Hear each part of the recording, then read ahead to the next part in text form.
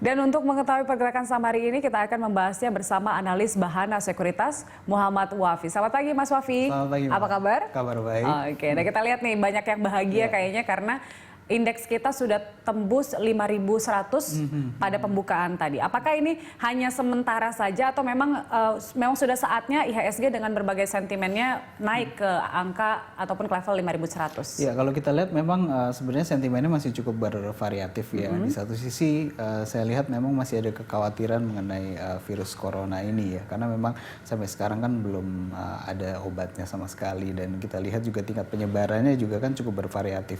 Di beberapa negara memang sudah mulai terkendali, di negara yang lain sebenarnya masih terus menyebar. Akan tetapi kalau kita lihat sebenarnya beberapa sentimen positif juga datang, terutama dari sisi pemerintah. Kita bicara domestik di Indonesia, di mana kalau kita lihat kan kemarin Bank Indonesia dengan Kementerian Keuangan kemudian sepakat untuk menanggung beban keuangan dari hutang negara, dan di saat yang bersamaan juga kan menaikkan tingkat hutang terhadap GDP kita kan, yang sebenarnya itu menunjukkan bahwa optimisme pemerintah atau keseriusan pemerintah sebenarnya untuk menstimulus perekonomian kita agar perekonomian kita tidak terlalu terhantam sangat negatif sekali dengan penyebaran corona ini sendiri. Jadi dorongan dari dalam negeri itu begitu kuat sehingga beberapa sentimen negatif dari luar negeri kita tahu masih berkembang di Amerika Serikat dan juga beberapa negara besar lainnya yang corona juga masih memperlihatkan kecenderungan naik terus begitu. Nah, itu cukup menutupi dari dalam negeri. Iya, betul sekali. Dan bahkan kalau kita lihat kan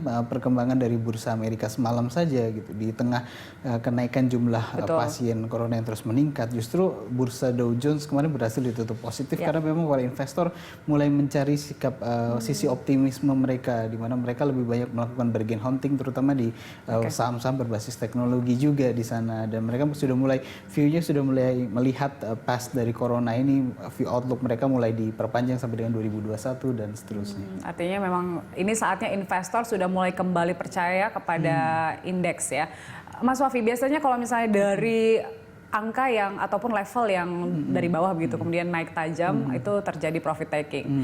Prediksi Anda mungkin nggak akan terjadi pada hari ini? Ya, untuk hari ini memang saya lihat ada rawan profit taking ya, terutama dari mungkin investor domestik atau yang lebih banyak melakukan aksi trading jangka pendek ya. Namun kalau saya lihat dari tren investor asing yang sudah melakukan akumulasi beli dari mulai 2 hari terakhir, sebenarnya di awal pekan asing itu konsisten melakukan net buy sebenarnya per hari, sehingga saya melihat hari ini bisa menjadi salah satu dorongan dari pasar atau tahanan dari IHSG agar koreksi yang terjadi atau profit taking yang dilakukan oleh investor domestik ini kemudian ditahan, diantisipasi oleh aksi beli yang masih dilakukan oleh investor asing dan mungkin investor institusi yang mulai masuk lagi mengakumulasi pembelian. Rekomendasi Anda sendiri seperti apa kepada investor? Karena memang banyak investor pasti melihat ini peluang yang cukup bagus untuk mendapatkan cuan. Ya, memang kalau untuk investor jangka pendek mungkin masih bisa melakukan trading ya. Untuk saat ini dengan kenaikan yang sudah cukup signifikan, mulai merealisasikan dulu profitnya, kemudian tunggu lagi koreksi wajar untuk masuk lagi. Namun untuk investor jangka panjang sebenarnya peluang untuk masuk itu masih tetap ada, karena kalau kita lihat secara valuasi kan, kita bicara valuasi bahwa sebenarnya valuasi masih cukup murah. Year to date IHSG kita itu masih turun sekitar 19,4% dari awal tahun sampai dengan sekarang. Jadi peluang upside itu sebenarnya masih cukup tinggi. Masih cukup tinggi. Meskipun sebenarnya dampak dari corona sendiri dari kuartal pertama kan sebenarnya belum kelihatan sekarang. Artinya memang investor ada memprediksi beberapa bulan ke depan kemungkinan indeks kita akan turun lagi, Mas Wafi. Saya rasa penurunan itu tidak akan sedalam yang terjadi di awal tahun ya. Karena kalau kita lihat dari ketika terjadi corona di awal tahun, kemudian IHSG kita turun sampai dengan saat ini kan sudah 19,4% ya. Itu sedikit banyak investor sudah mempricing in dari efek corona itu sendiri secara fundamental itu sendiri. Jadi kalau kita lihat ke depannya mungkin dari sisi laporan keuangan atau data-data, even yang data kemarin penjualan retail yang keluar ternyata mengalami penurunan, saya rasa memang sudah banyak investor yang memprice in atau mengekspektasikan angka tersebut gitu. Jadi tidak terlalu bereaksi negatif sekali terhadap data tersebut. Seharusnya seperti itu ya. Mas Wafi, kita lihat ini harga emas tembus level 1.800. Apakah ini harusnya menjadi sentimen positif untuk emiten emas? Iya, memang kalau kita bicara sentimennya tentu ya, terutama emiten-emiten produsen emas itu sendiri ya.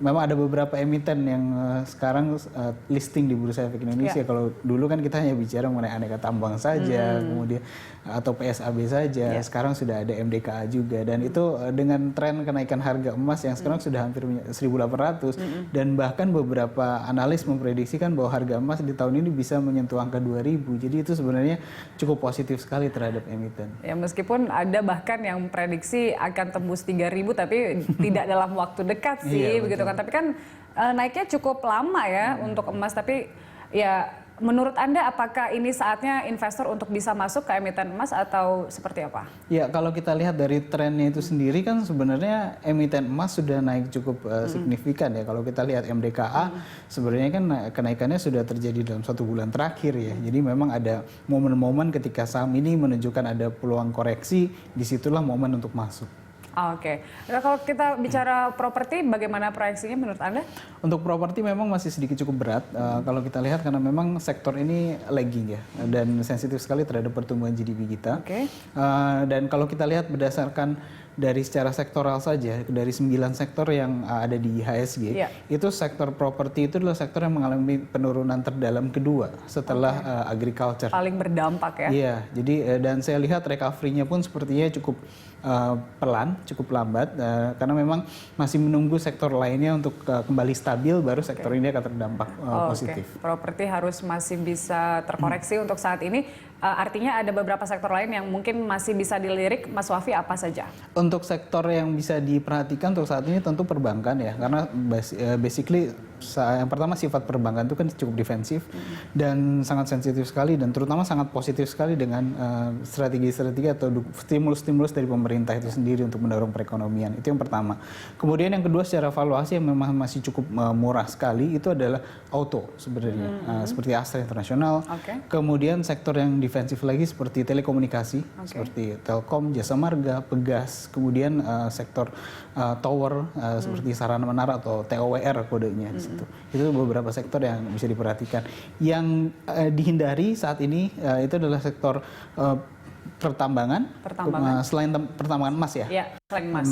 Pertambangan terutama batu bara. Kemudian ada sektor agriculture, komoditi, selain pulp and paper ya. Pulp and paper sebenarnya bisa diperhatikan saat ini karena banyak orang-orang yang kemudian go green, kemudian menggunakan masker, itu juga sedikit banyak menjadi sentimen positif buat pulp and paper dan sektor properti di sini. Oke, nah itu dia yang direkomendasikan dan tidak direkomendasikan untuk saat ini ya, Untuk Mas saat Wafi. ini, ya. Tapi untuk hari ini Anda optimis akan masih bertahan di level 5.100? Ya, saya melihat peluang di teritori positif ini masih cukup terbuka lebar ya, sampai dengan penutupan hari ini, walaupun kenaikannya sendiri saya lihat cukup terbatas. Level support saya lihat ada di level 5.025 untuk IHSG. Sementara untuk resistennya sendiri saya lihat ada di 5.150. Oke, masih di atas 5.000. Mas Wafi, terima kasih untuk informasinya pada pagi hari ini.